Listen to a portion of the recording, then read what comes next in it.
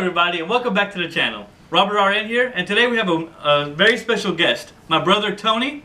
Go ahead and introduce yourself. So like you said, I'm Tony. So I know really nothing about nursing. I am scared of blood and people annoy me, so I am an engineer. And so he asked me if I wanted to come onto his channel and answer a few questions and make a fool of myself. And he agreed, did you believe that?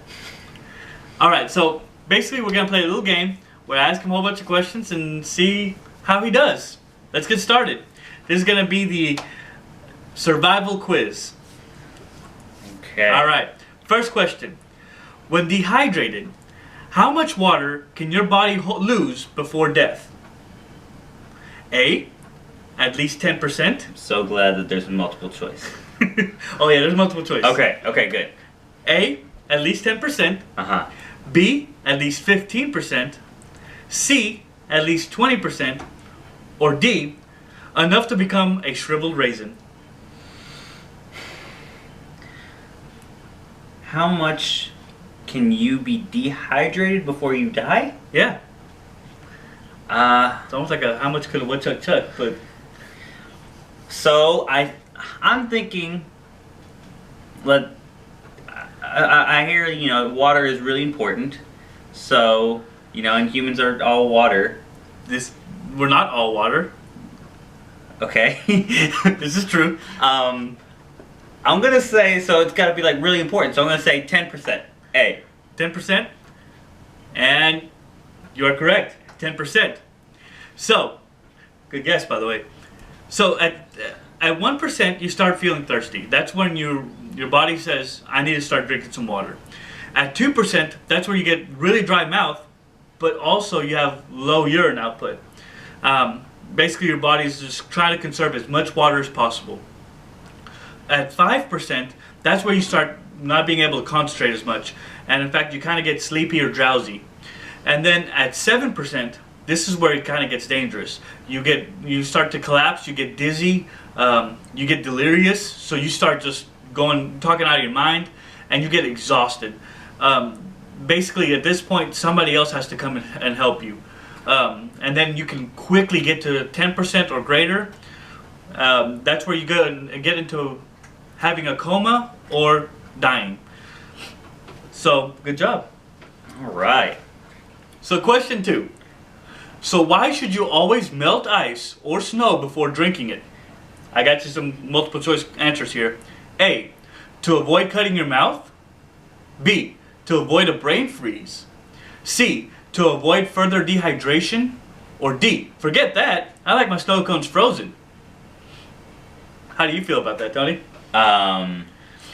Well, I think B is a very good reason.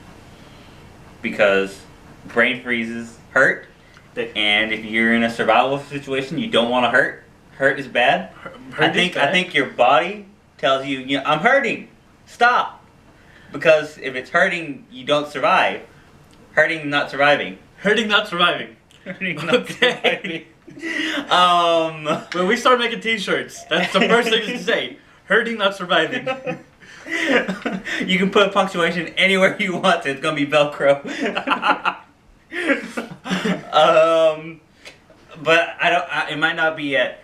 And as far as D with the snow cones, I actually don't like snow cones too much because I start chewing on it and then my teeth go numb and the roof of my mouth hurts. So I'm gonna go with A to avoid cutting yourself so you don't get a wound inside your mouth. I mean, you want to save whatever blood is inside you. You want to keep that inside of you, so I can kind of understand that. But the answer is C, to avoid further dehydration. But you're eating ice. You are. Ice, and you would think ice it's water, right? Right? No, but here's the thing. When you eat ice or you eat snow, what ends up happening is your core body temperature drops. And in order to get that body temperature back up, you actually have to raise your metabolic rate. When you do that, it uses up a whole bunch more water. Huh. So it actually dehydrates you more. Okay. Alright, so now here's the third question. Alright. What is generally the sign that a person in heat exhaustion has escalated in severity to heat stroke. First of all, did you know that heat stroke is worse than heat exhaustion? I thought they were the same thing. They're not. There's a very big difference between them. Heat exhaustion and heat stroke. Yeah. Okay, so it's like being tired and then having a stroke. It's a little more than that. Oh, okay. Get so tired you just have a stroke. you have heat exhaustion. You're, oh, I'm so tired, and then it's like a stroke. That's serious. You have a stroke. Start have drooping faces and awesome. All right, let me give you the answers. Okay. Okay. A, they aren't thirsty anymore. B, they stop sweating. C, they sweat profusely. Or D, they start stroking your face. You know, they're just so tired and like. I want to go with D because You want them to stroke your face? If they start stroking my face, they're obviously hallucinating, and that's like a sign of a stroke. Maybe they're just happy to see you. But You saved their life. I see a pattern going on with D that I don't think I can avoid. So I think I'm going to say when they aren't sweating anymore, when they stop sweating. You are 100% correct. Yes! So what happens with the heat exhaustion is your body temperature just goes pretty high, but your body still can regulate its body temperature. It can still try to bring it back down on its own. May need some help, but it can do it. When you get to heat stroke, your body can no longer regulate its temperature. All of it's gone. And so essentially, once you get to at 104 degrees Fahrenheit, your body's ability to regulate temperature just shuts down, and it becomes a real emergency. And in fact, the amount of damage that's caused and your likelihood to survive is very much correlated to how long you're in heat stroke. And so it's very important, one, if you can, get emergency help immediately, or two, get that body temperature down as quickly as possible. We need to try to get you back to where your body can regulate itself.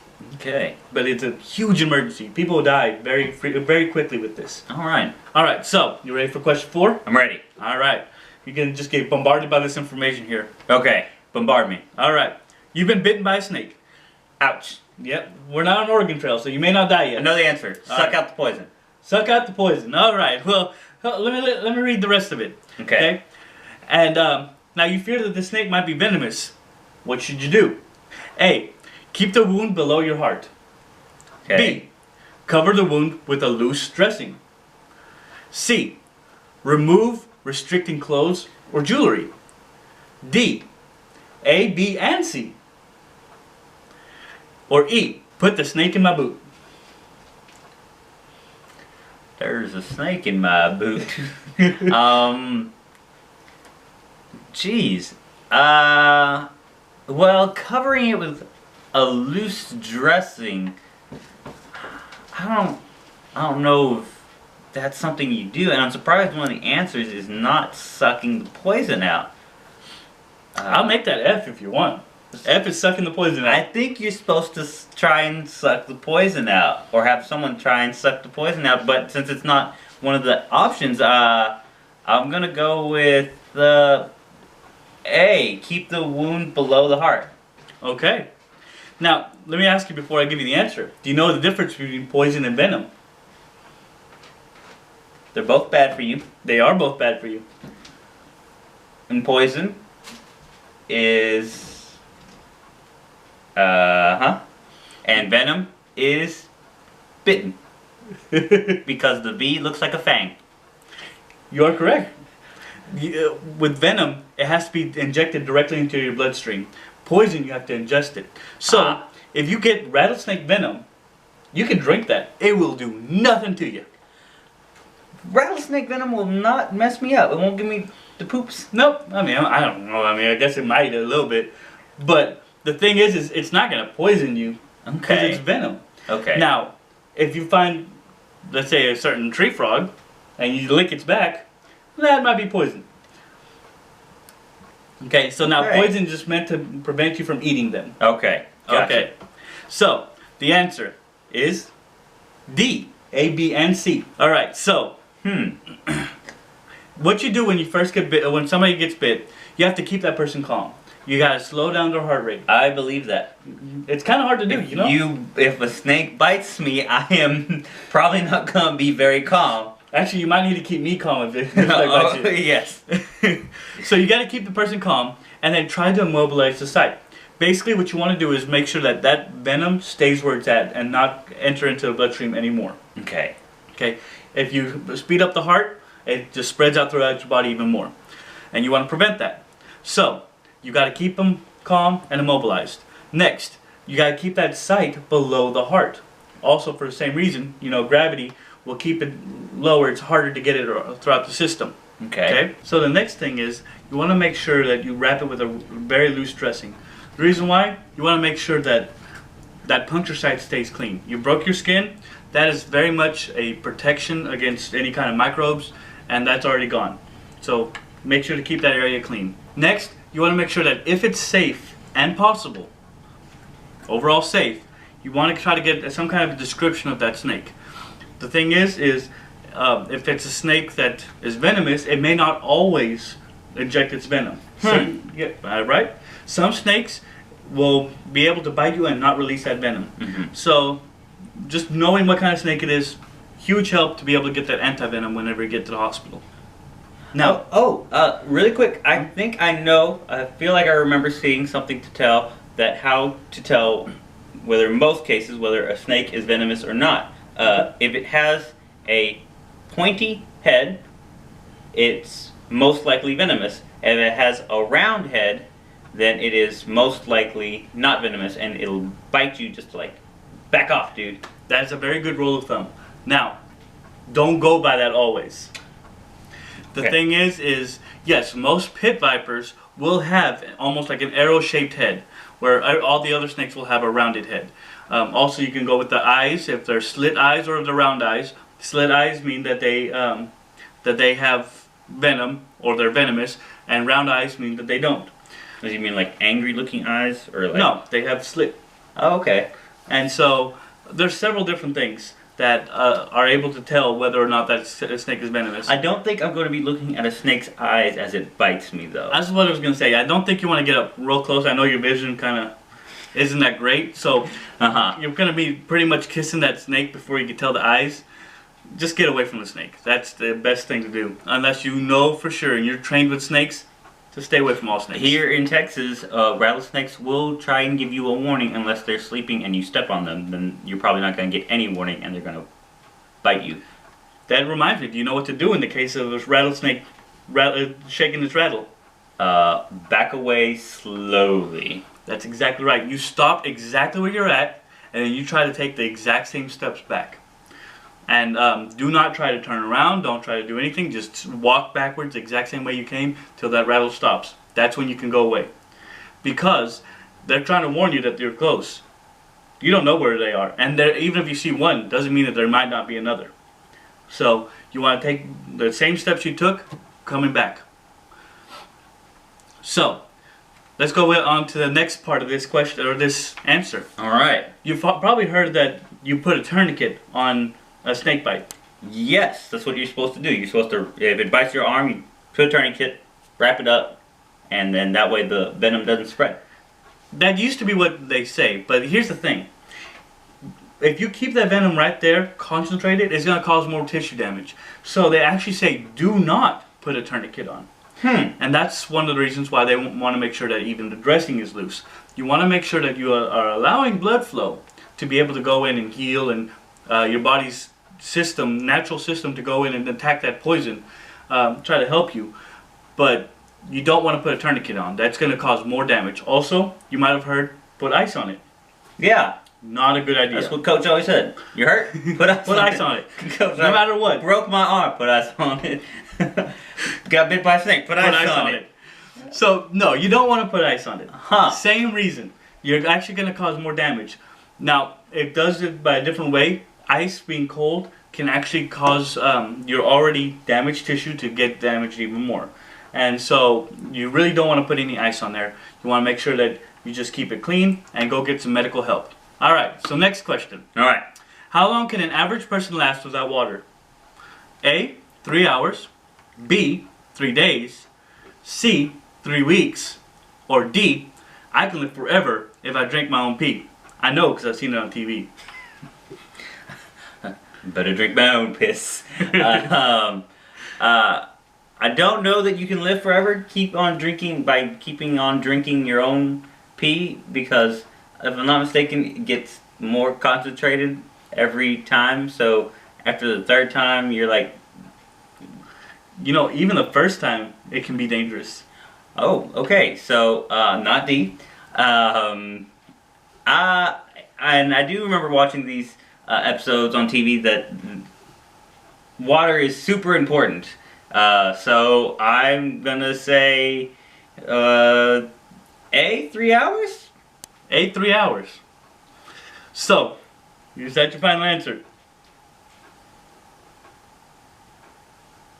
3 hours. Yeah? Okay, here's the thing to think about. You sleep more than 3 hours, right? Oh, shoot! Yeah! The next one. Days. 3 days. 3 days. 3 days. B. B, okay. I was testing you. Oh, testing me. See if you know the difference between hours and days. Days and weeks, that kind of gets me, but hours and days I know. Okay. Alright. So yes, the answer is 3 days. Okay. There's actually a rule of thumb that you can go by, and it's called the rule of 3. It's a really good rule to go by. So, it basically says you can live 3 seconds without blood flow to the brain. Okay? You can live 3 hours without adequate shelter. Now this is for those extraneous circumstances, those extreme circumstances. If you're stuck out in the middle of the Arctic, or you're stuck in the Amazon forest. I mean, when it's super hot, super cold, that's where the 3 hours kicks in. Okay.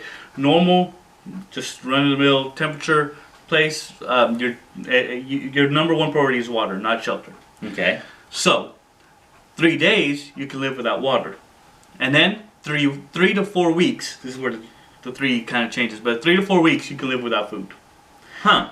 So it kind of depends on your how much you're working, and what you've been eating before, and your metabolic rate. Okay. All right, here you go. Last question. All right. What is the most consistent sign of true shock? A. Electricity. We're not talking about engineering. I am an engineer. I know this answer. It's electricity. We're not talking about what causes shock. What's the sign of shock? It's a lightning symbol. Shock. Medical shock. How about that? Oh. All right. And I know nothing. So A, a rapid weak pulse. B, rapid breathing. C, pale or bluish skin, nail beds, and lips, plural. Or D, a dropped jaw and a surprised look on your face.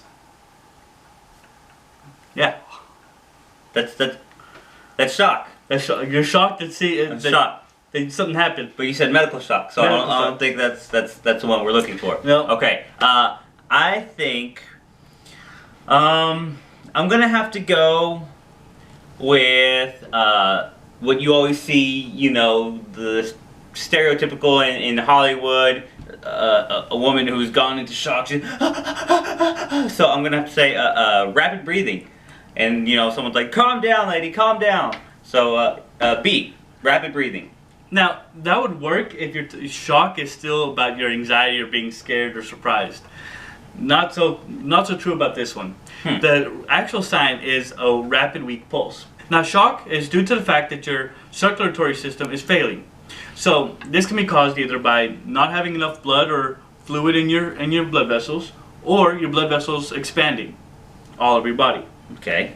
Either way, your blood pressure drops. You have no blood pressure, or very low blood pressure. And so what ends up happening is, in order for your heart to try to compensate, it tries to beat faster. So if it's beating faster, it's trying to get that blood pressure back up. But it's not succeeding, either because you don't have enough blood, or your blood vessels are very much dilated. So you just have this very weak, but very fast pulse. Okay. Okay? Well, that's all for the questions. What do you think? How many did I get right? I got the dehydration. You got dehydration. I got. I accidentally got the shock, right? Not shock, but the exhaustion versus stroke. You did. That was an accident. A very good accident. And The 3 days. three days After a couple after times. I corrected you. After you corrected me. So So you got 3 out of 6. You got a 50%. I have a 50% chance of surviving. Experts say this guy has 30%, 50% chance of surviving. So that's pretty much it for this game. All right. Thanks for coming, Hey, no problem. Thank And- you for having me. and I hope to see you again in another episode. Hey, anytime. I am always willing and eager to show you how it's done. To show me how it's done. He's gonna teach me about nursing. So, again, thanks for watching.